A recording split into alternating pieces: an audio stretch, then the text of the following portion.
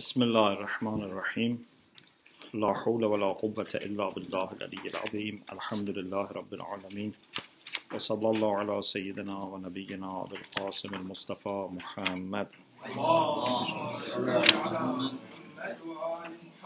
وآله الطيبين الطاهرين لا سيما بقية الله في الأراضين اللهم أخرجني من ظلمات الوهم وأكرمني بنور الفهم اللهم افتح علينا أبواب رحمتك وانشر علينا خزائن علومك برحمتك يا أرحم الراحمين. This lesson is about arguments for existence of God, and there is first an explanation of a terminology. Muslim philosophers, especially after Avicenna, have been referring to Burhan Saddiqin. Saddiqin means the most truthful people, as the best argument for existence of God. Ibn Sina developed an argument and said this is the best type of argument because we don't need to use creatures of God in order to prove existence of God. Those who are Siddiq, like for example Ibrahim alayhi salam, who was Siddiq, they don't need to use anything to come to know God. Mulla Sadra accepted the idea that there is possibility of having an argument for existence of God which does not require reference to creatures, but said the argument developed by Ibn Sina still is not that one. It still has to refer to something else. For example, Imkan. And Imkan, although it's not a creature, but it still is a concept other than God. So Mulla Sadra developed his own Burhan Saddiqin. Allama Tabatabai has also a version of Burhan Saddiqin. Mulla Hadi Sabzawari also has a version of Burhan Saddiqin. So all these philosophers have tried to prove the existence of God in a way that would not need reference to anything other than God himself. It's not that they rejected other arguments. They said they are also okay, but they wanted something special, something that would be directly coming from our reflection on God. So what inshallah we do in this lesson is we mention argument for existence of God as developed by Khwajah Nasir Tusi, argument for existence of God as developed by Farabi, argument for existence of God as developed by Ibn Sina, and then argument for existence of God as developed by Mulla Sadra. So we will mention all these four types of arguments.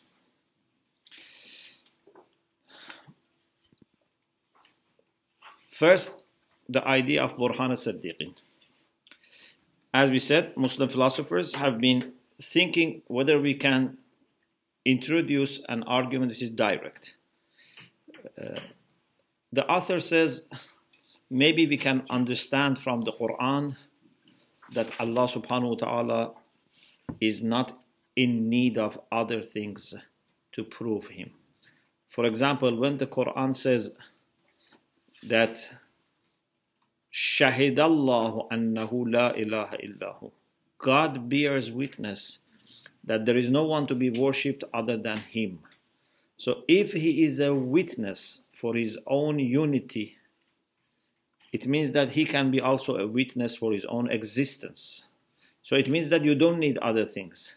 Maybe other things also be a witness, but we are not rejecting that. But say it's also possible to have witness of God himself. Okay? Or for example, when we say God is at the same time Zahir and Batin. هو الأول والآخر والظاهر والباطن. So if he is Batin and Zahir, means he is possibly manifest, clear, and we don't need to use something else to come to know him. Okay? Because he's Zahir. If he was only Batin, means he was hidden. But he's Zahir and Batin, mean he is not in the physical world. He is deeper. He is more underlying. But at the same time, he is not out of access or reach. So he's both, Zahir and Batin. So Muslim philosophers have tried then to come up with an argument that directly proves the existence of God. Before we talk about that, there is a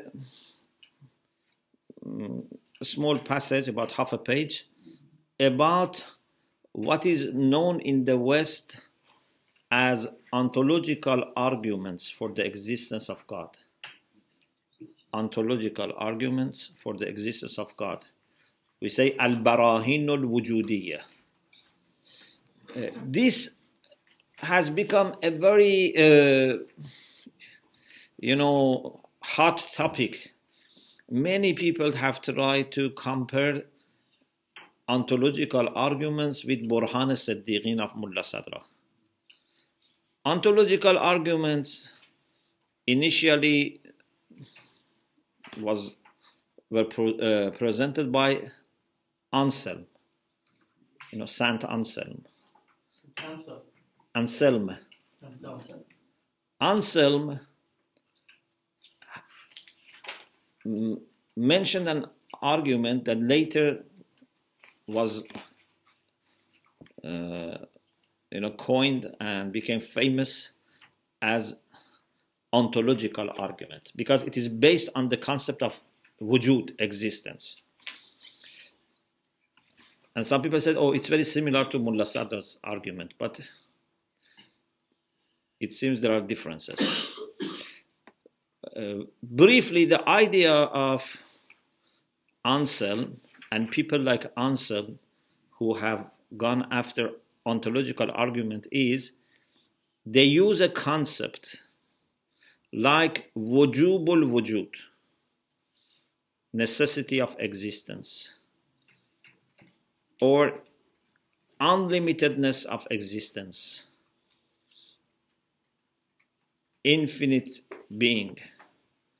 And they say there would be a contradiction between having such concepts in mind and not having them in reality. For example, Anselm says, if you think of anything,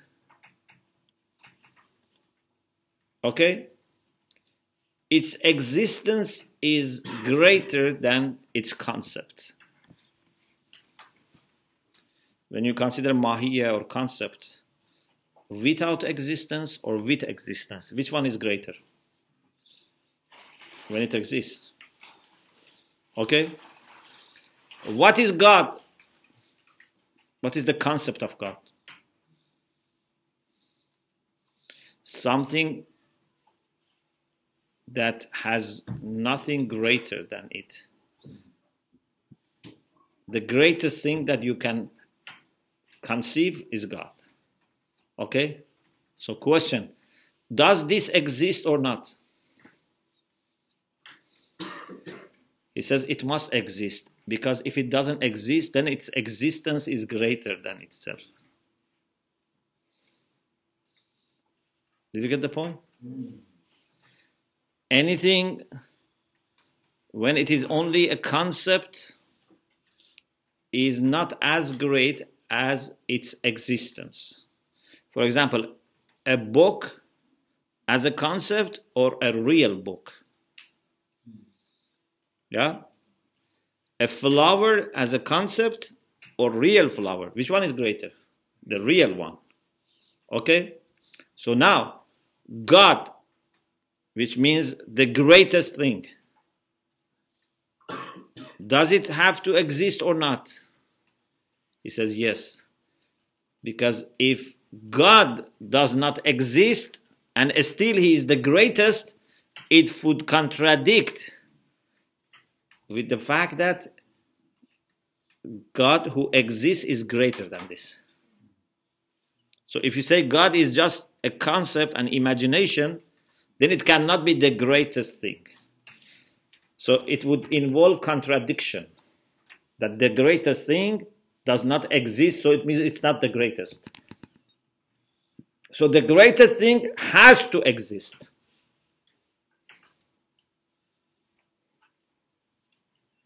Okay? Yes. When we're saying greater or greatest, what definition are we taking? In what context? Something greater than which you cannot imagine. In any aspect, you cannot imagine anything greater than God. This is the meaning of God. Now, does such thing have reality? We say certainly, because if it does not have reality, then its reality would be greater than it. Okay? So, this is ontological argument of Anselm and has similarity with the argument of Mulla Sadra, Burhan Siddiqin, but many people have even, dissertations, theses have been written, in Qom, Tehran, Mashhad about this, and maybe in other countries. So, I just try to explain a little, but we go on, according to the book, to arguments that Muslim philosophers have mentioned.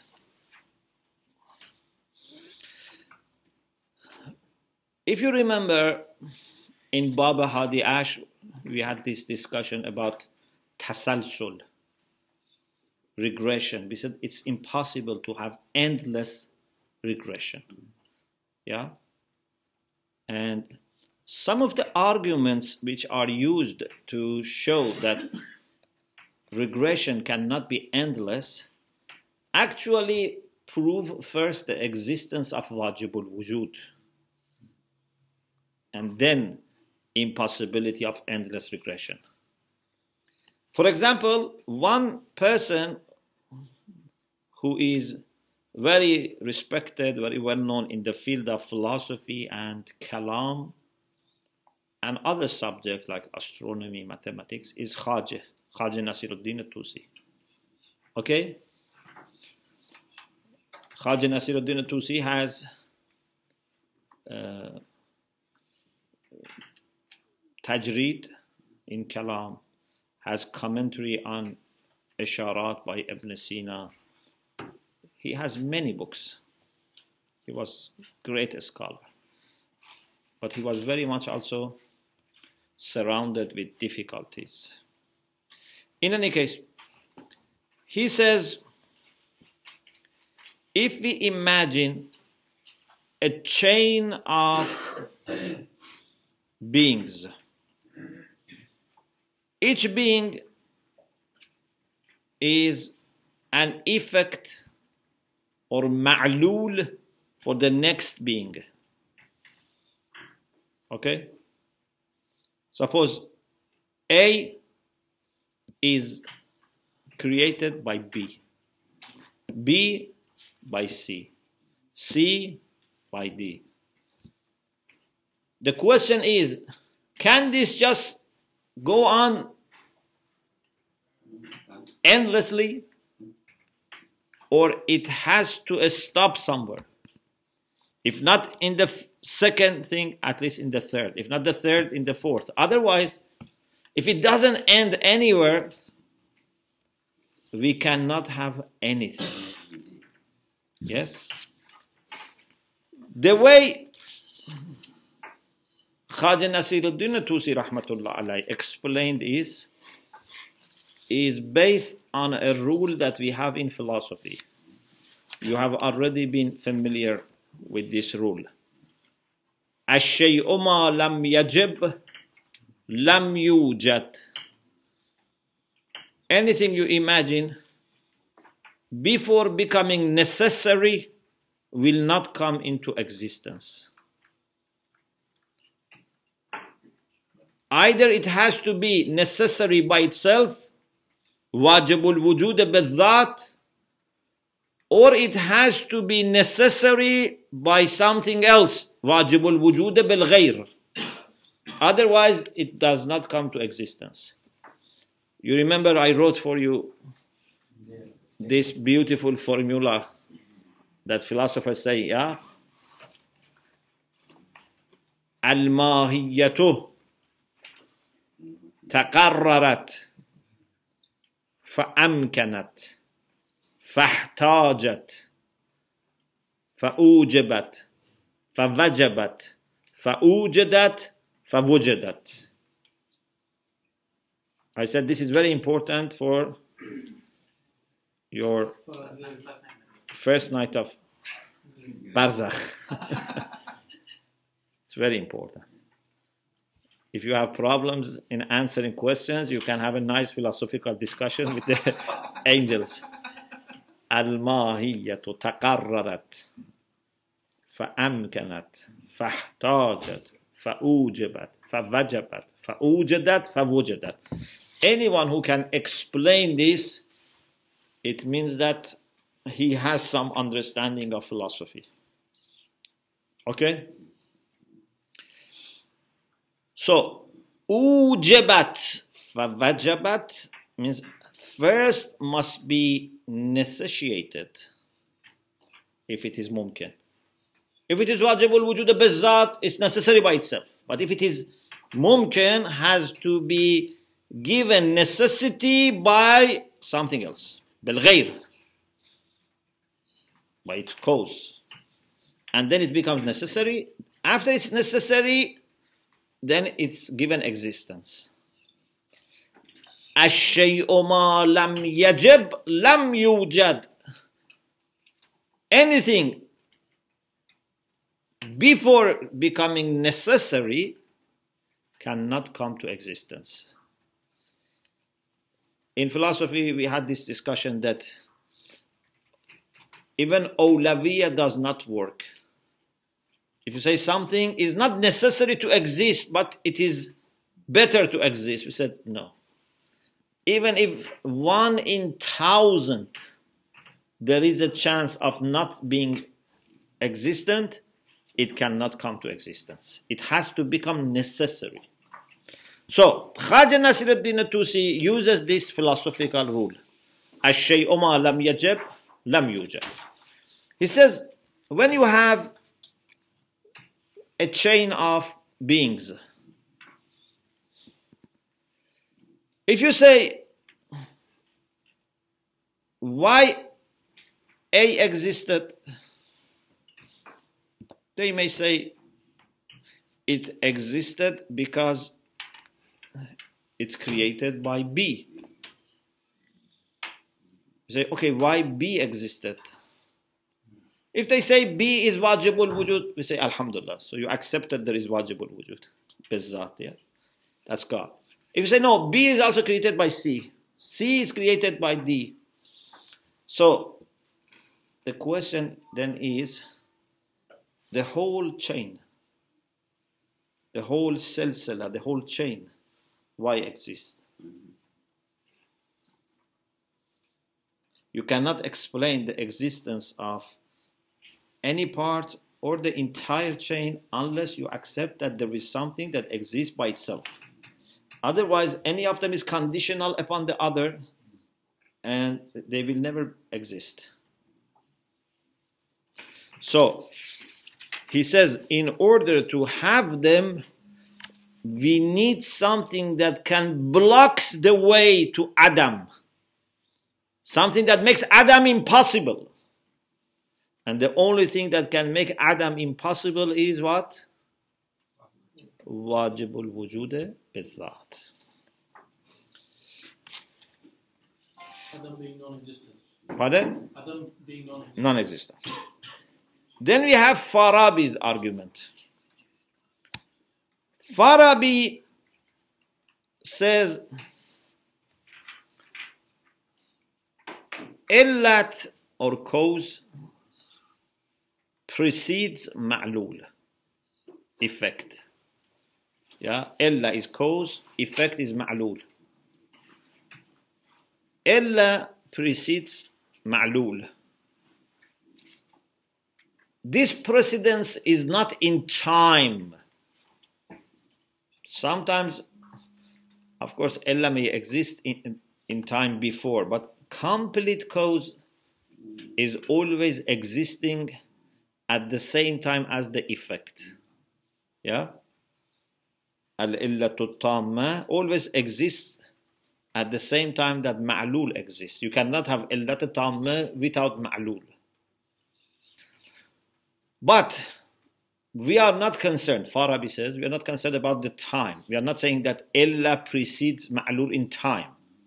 We say illa precedes ma'lul in rank, in order. Which one is coming to your mind first? Al-illa or al-ma'lul? Al-illa, the cause. Yeah? Before having the cause, your mind says we cannot have ma'lul. But what about ma'lul? Does your mind say before ma'lul we cannot have cause?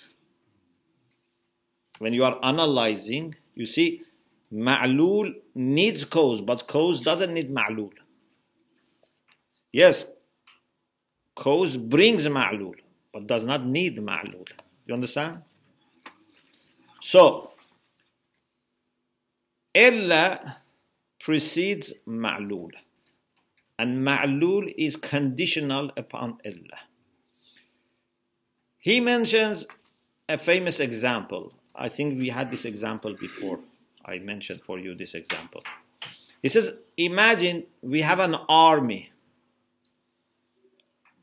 with many soldiers.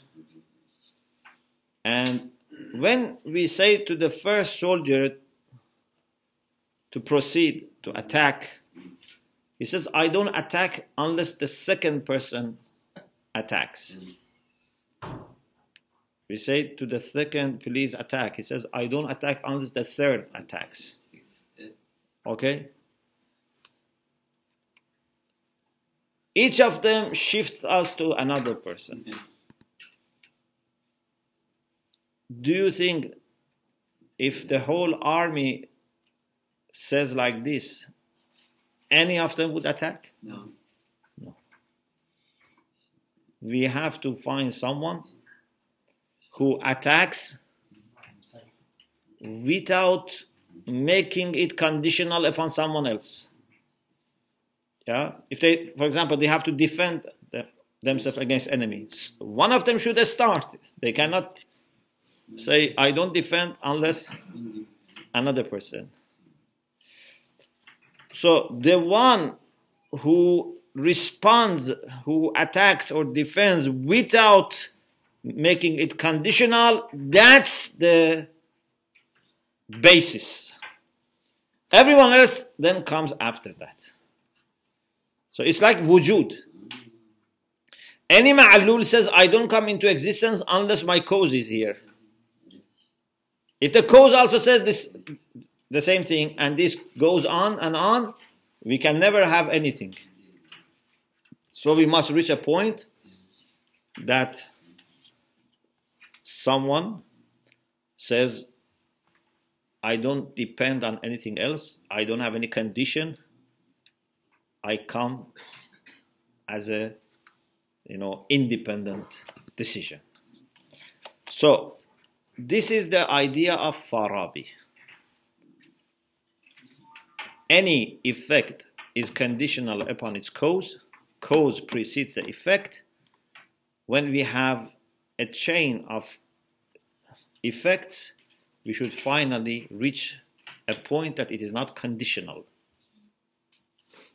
And that is God. Then we have Burhan Siddiqeen as presented by Avicenna, Ibn Sina, or we say Bu Ali Sina or Ibn Sina. Okay? He says we don't need to use anything from the creations.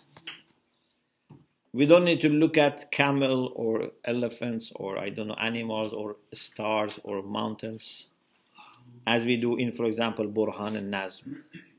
Yeah? We don't need anything like that. He says we only use the concept of wujud. And it is just enough if you are not a sophist. You know sophists? Sufastai, we say in Farsi. Sufists. These were people who were denying reality. You remember I told you the story of one of them that was even denying existence of fire, existence of, well, holes. And when he was walking, his students used to hold on his hand because he was not believing in anything. Pardon? So, anyway, he had this issue. So, you are just enough to not be a Sufist for Burhan Siddiqeen according to Avicenna. In the sense that, do you believe there is a reality or not? Is anyone in doubt that there is a reality? Can you say everything is just imagination? And when we say, what about your imagination? And what about the one that imagines? At least you have to accept some reality. Yeah? You have to be very, very odd person to say everything is imagination. Even my imagination might be imagination, but I don't know whether it is imagination. And even that what I know or I don't know, I don't know. Even this I don't know, I don't know. You have... So, I don't think anyone can hold this position. So, you have to believe in something. Okay? So, if you say there is some kind of existence, some kind of reality, then Ibn Sina brings his Burhan al-Wujub wal-Imkan. He said this reality is mumkin or wajib. Is it contingent or is it necessary? If it is necessary, it's God. If it is contingent, means it's equal in its existence and non-existence. It has equal relation. يتساوى نسبته إلى الوجود والعدم. الممكن متساوى النسبة إلى الوجود والعدم. It can exist and it cannot exist. So if it is wajib, okay. If it is not wajib, it's mumkin. We say, okay, how this mumkin has come to existence? It still has equal relation with wujud and adam. So we need something that gives it existence. We question about that second thing. Is it wajib or mumkin? If it is wajib, okay, that's God. If it is mumkin, then we ask about that mumkin, second mumkin. So we have to reach the point that we have wajibul wujude bizzat. Ibn Sina says, look, this argument does not need referring to any creatures of God. We are just using the concept of existence. And we say existence is either wujud or mumkin al-wujud or wajib al-wujud. In his Isharat, you know, he has a very famous book, Al-Isharatu wa Tanbihat, which is a textbook in the Hawza. Those who want to specialize in philosophy, still they read this book. It has a section on mantiq, has section on tabi'iyat, has section on metaphysics, and at the end also has a section about irfan, which is one of the best texts on irfan. So, in fourth namat, the sections of Isharat are called namat. In the fourth namat of Isharat, after talking about this burhan and referring to the difference between this burhan and other barahin for existence and unity and attributes of God, he says, look and see how our account, our argument for existence of God and unity of God and freedom of God from imperfections does not need anything except reflecting on reality of wujud, existence. You only reflect on wujud, on the reality of wujud. You don't need to think about creatures or even acts of God. Only on concept of wujud. And then he says, of course, other arguments are okay. We are not against other arguments. But he says, this is more reliable and it's better, it's excellent, because we are reflecting on wujud as such. And it is because God himself is a witness for himself. So it means that by reflecting on wujud, we can come to acknowledgement of the existence of God. And then he says the ayah in the Quran, which says, سَنُرِيهِمْ آيَاتِنَا فِي الْآفَاقِ وَفِي أَنفُسِهِمْ أَوَلَمْ يَكْفِ بِرَبِّكَ أَنَّهُ عَلَى كُلِّ شَيْءٍ شَهِيدٌ. So God is witness and he's sufficient witness, so we don't need to use anything else. Although we can see signs of God in horizons, can see signs of God inside us, but he is a witness. Mulla Sadra says,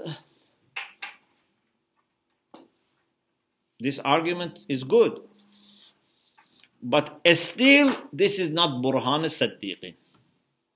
It's a good argument. We call it cosmological argument, but it's not Burhan al-Saddiqin yet. It has to be refined more. Because although Avicenna has made a progress, he has not used any creatures of God to come to the existence of God, to come to the knowledge of existence of God, but still he is using the concept of mumkinul wujud. He says wujud is either mumkin or wajib. You see, there is a little still distance. He's not focused on wujud and wajibul wujud. He says it's either mumkin or wajib. And mumkin is a creature. So we are not specifically talking about particular creature. We say, okay, we have reflected on, for example, mountains or stars or bees or camel. We have not used that approach, which we do in Burhan al-Nazm. أَفَلَا يَنْظُرُونَ إِلَّا الْإِبِلِ كَيْفَ خُلِقَتْ. We have not used that approach in Avicenna's argument, but still we are using the concept of mumkin, which refers to those creatures in a general way. Okay? So Mulla Sadra then undertakes the task of presenting a new version of Burhan al-Saddiqi. So he accepts the idea of Ibn Sina, that there is such a thing that directly goes to God to prove his existence, And he is happy with calling it Burhan al-Siddiqin, but he brings his own version. Okay? So, now let's see how Mulla Sadra develops Burhan al-Siddiqin. I hope you remember some of the principles that we had before about wujud. The first is asalatul wujud. One of the foundations of transcendent philosophy of Mulla Sadra. Al-Hikmatul Muta'aliya is the school of philosophy that Mulla Sadra founded. Yeah? And Allama Tabatabai, Haji Sabzawari, they are all in this school of Hikmat Muta'aliya. Mulla Sadra, as you remember, raised this question, whether wujud is asil or mahiyya. We said before Mulla Sadra, this was not a question. You see, some philosophers talked in the way that suggests they believed in asanatul wujud. Some talked in the way that suggests they believed in asanatul wujud. But because this was not a question, their text can be sometimes not very clear. Maybe one text suggests something else. You remember this discussion we had? So he is the first person who actually articulated this question. Okay? Asalatul wujud and asalatul mahiyya. He chose himself asalatul wujud. After raising this question, he said, what primarily exists, has reality, is wujud and not mahiyya, is existence and not quiddity. Okay? Asalatul wujud. We had few arguments for asalatul wujud. We said sometimes we know something, but still we don't know whether it exists or not. If mahiyya was asil, when you know something, you should know its existence. Okay? We said we can have mahiyya without existence. We mentioned few arguments. So the first thing is asalatul wujud. So if there is any reality, that reality primarily in the first place belongs to what? To wujud, to existence. The second point, unity of existence, wahdatul wujud. Not in the sense that mystics say, not in that sense. In the sense that we discussed about whether reality of wujud is one or many. Are beings quite different from each other?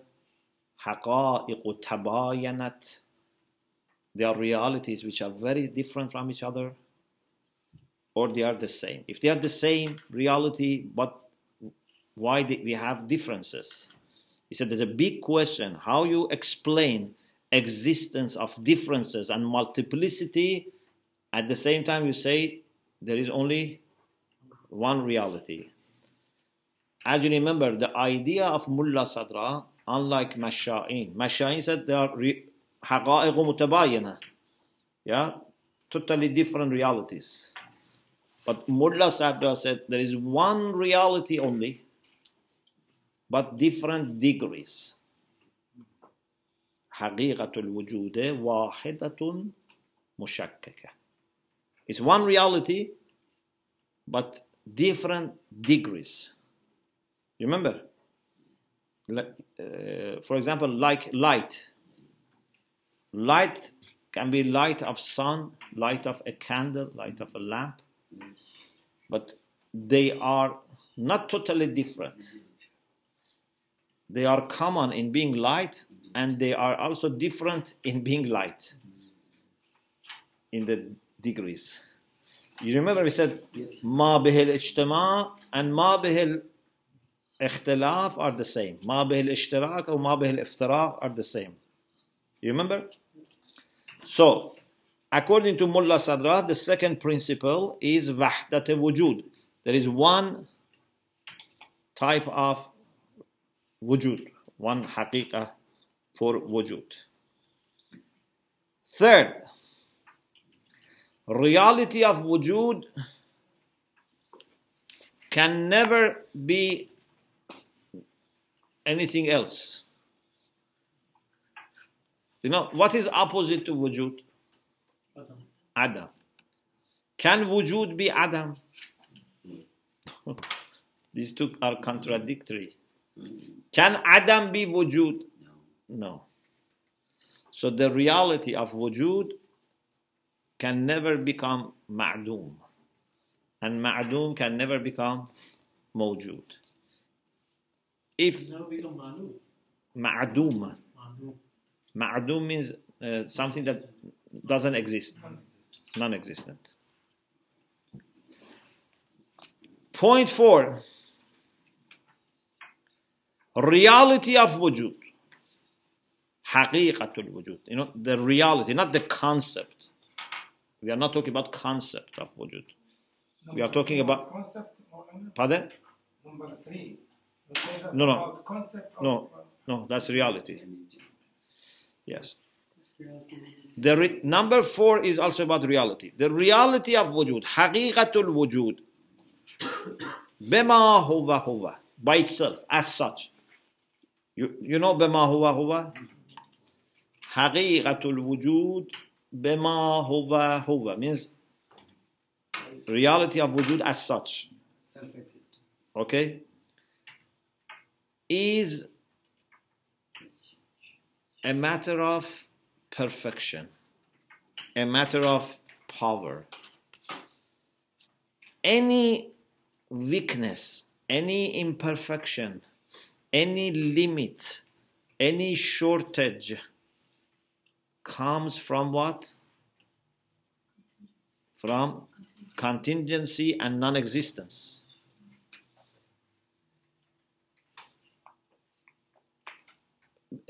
If you want to understand this, I ask you one question. It helps a lot. Remember this question.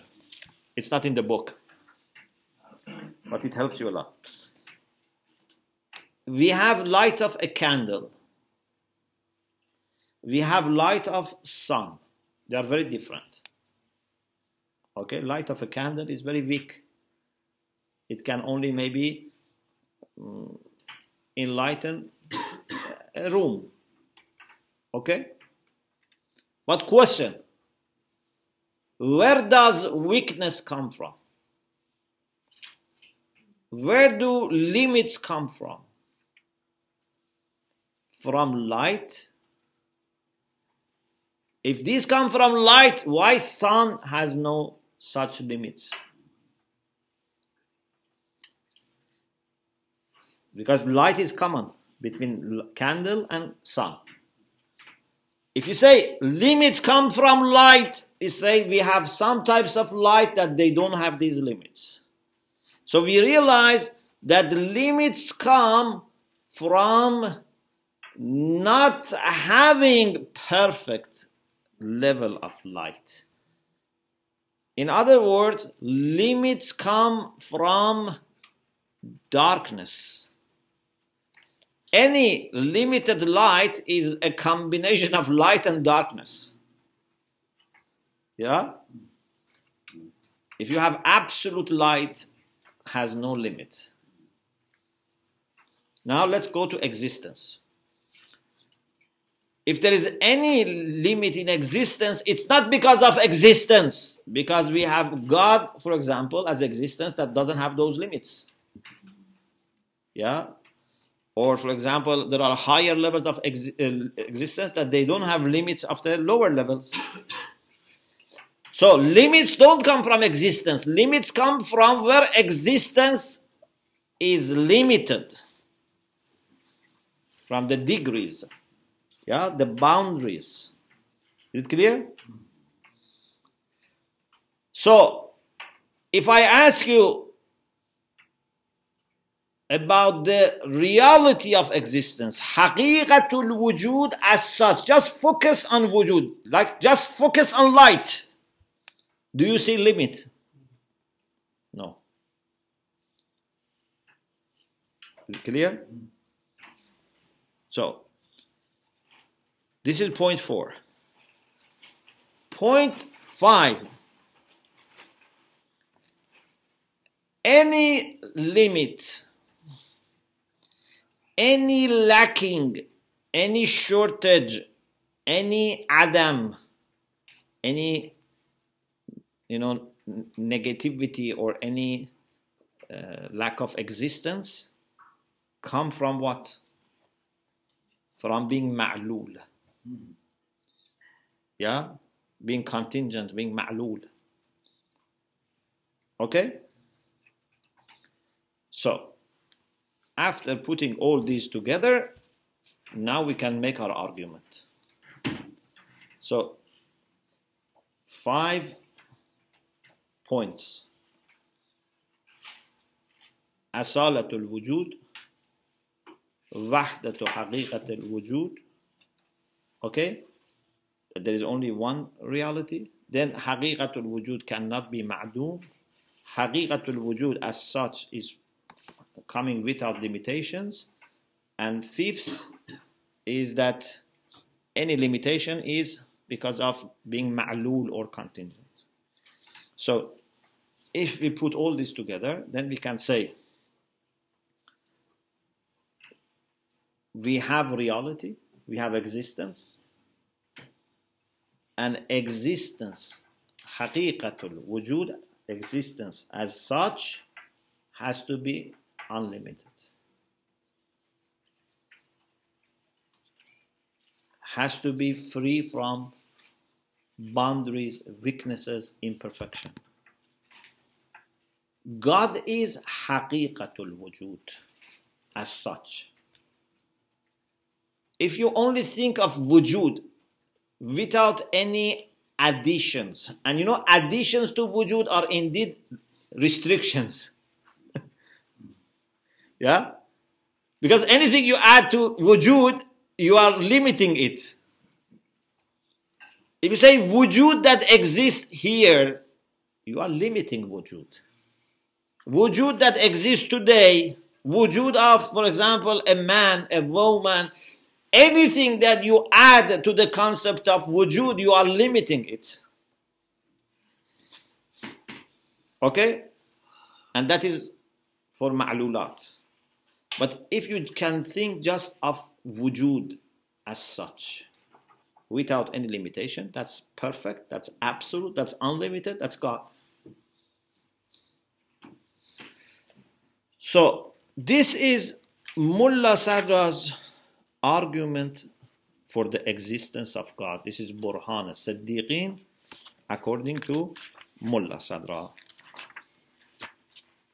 Then we have, in the next lesson, which is very short, argument for unity of God. If you are not tired, I just need 10 minutes to finish. Is okay? Okay.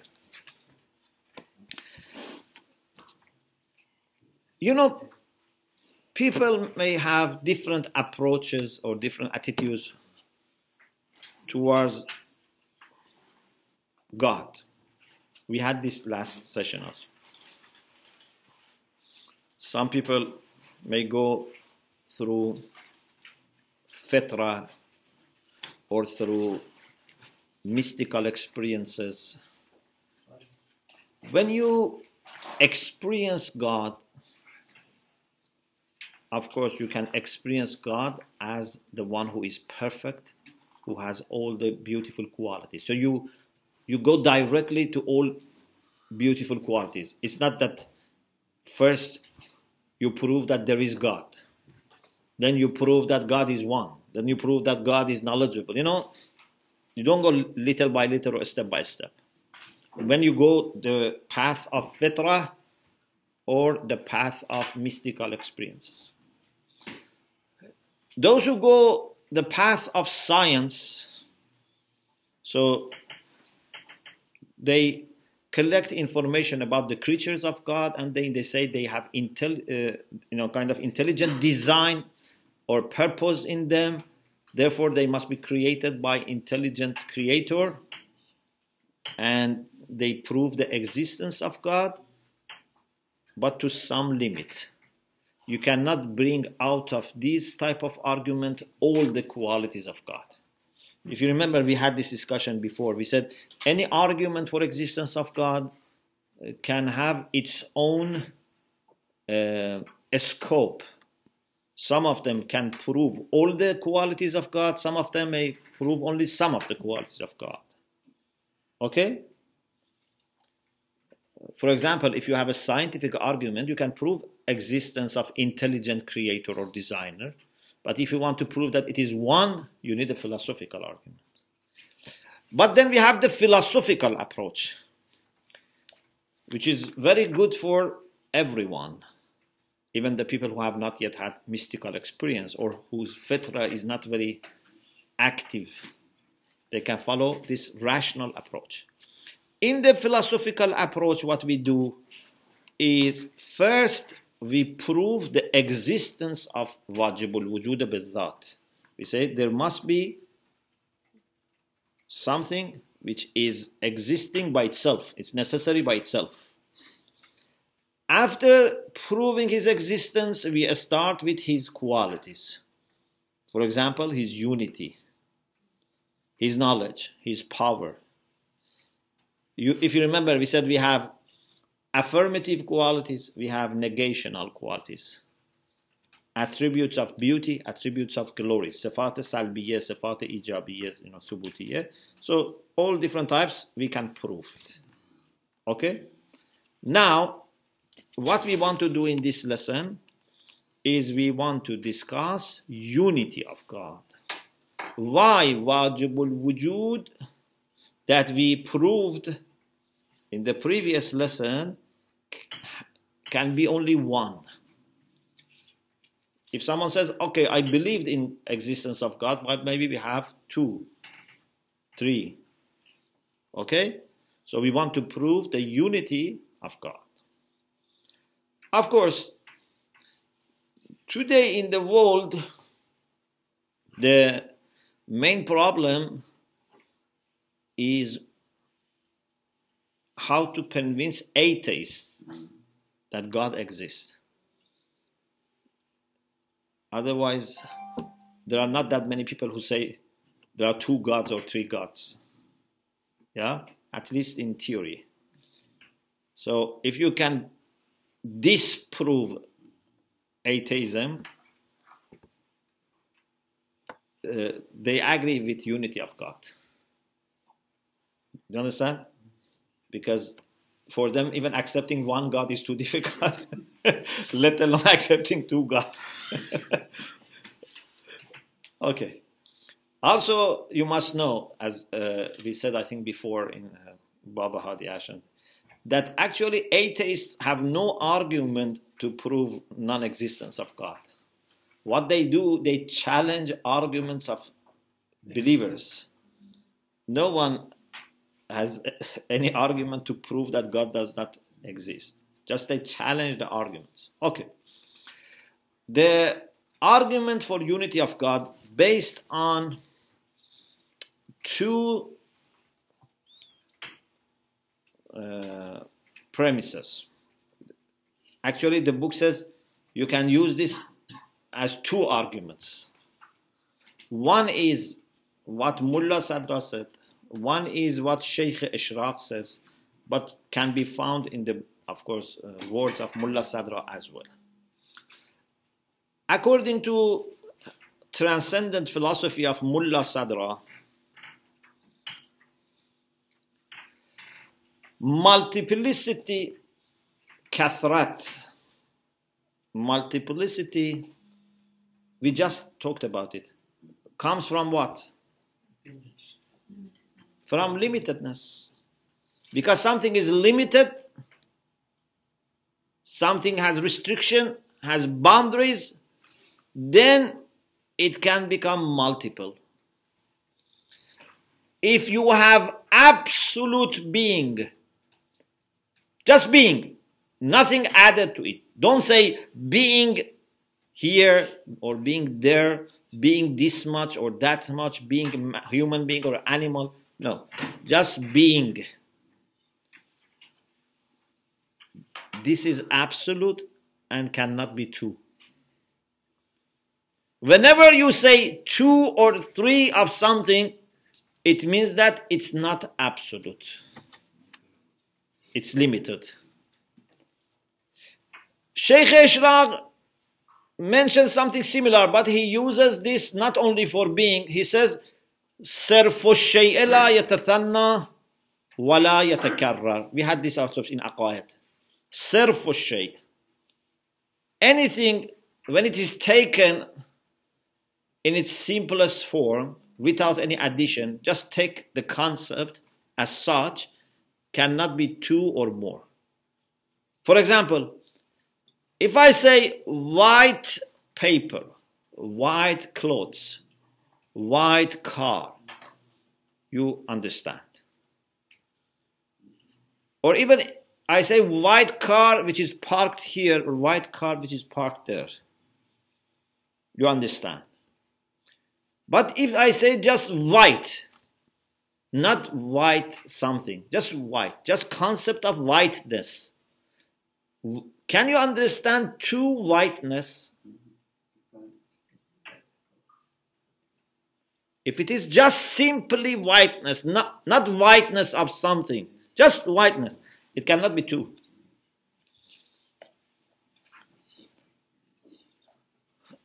Wajibul wujud is wujud simply, without anything else. And this cannot be two or three. If you have two wajibul wujud, what's the difference between that?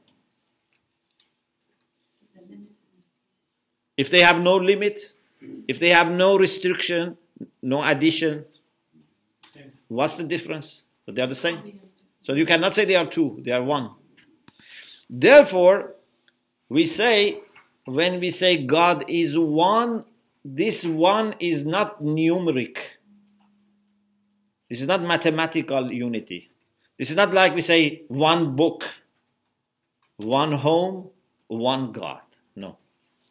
When we say God is one, is like oneness of the whiteness. You cannot think of second or third. Yeah, so God is one and cannot be thought of being two or three. Okay? Because sometimes something we have one, but we could have two, three. We can think of two or three. Yeah? But for God, God is one in the sense that it cannot be more than one. You understand? This one is not repeated. In mathematics, when you say one, one can be repeated.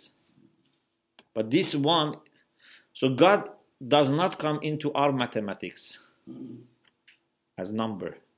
Okay? So, this is the second argument. There is a kind of analogy here that can also help you. Imagine if we have two physical worlds. Two physical worlds. And each of them is infinite. Can they exist? Because if both of them exist, then each of them does not exist where the other one exists. It means that then it is limited. Yeah? You cannot have two infinite physical worlds. Okay? In a similar way, you cannot have two infinite beings. Not because they want a space, because infinite means to be absolute, without restriction in concept. They cannot be two. You understand? But there is a difference. This so far is similar, but there is one difference. When it comes to the physical world, we cannot have two unlimited physical worlds. Can we have one unlimited physical world and one limited physical world? No. Infinite exists, finite exists. So when it comes to the physical world, you cannot have two infinite physical worlds, and you cannot have one infinite and one finite. Because if there is one is infinite, nothing remains for the other one. You can have two finite or three finite, but not two infinite or even one infinite and one finite. Is it clear? But when it comes to absolute being, you cannot have two absolute being, two infinite being, but you can have one infinite being and many finite beings. It's a beautiful point. You understand? Because it's not a matter of limitation of space. It's a matter of concept. So, like for example, we have one whiteness, one sweetness, okay, one softness, any concept, but then you can have millions of white things, millions of soft things, yeah? So only one infinite being, absolute being, and many finite beings under that, not next to it. Because nothing can be next to it, because it has no next. Anything comes under it. Because anything else is limited.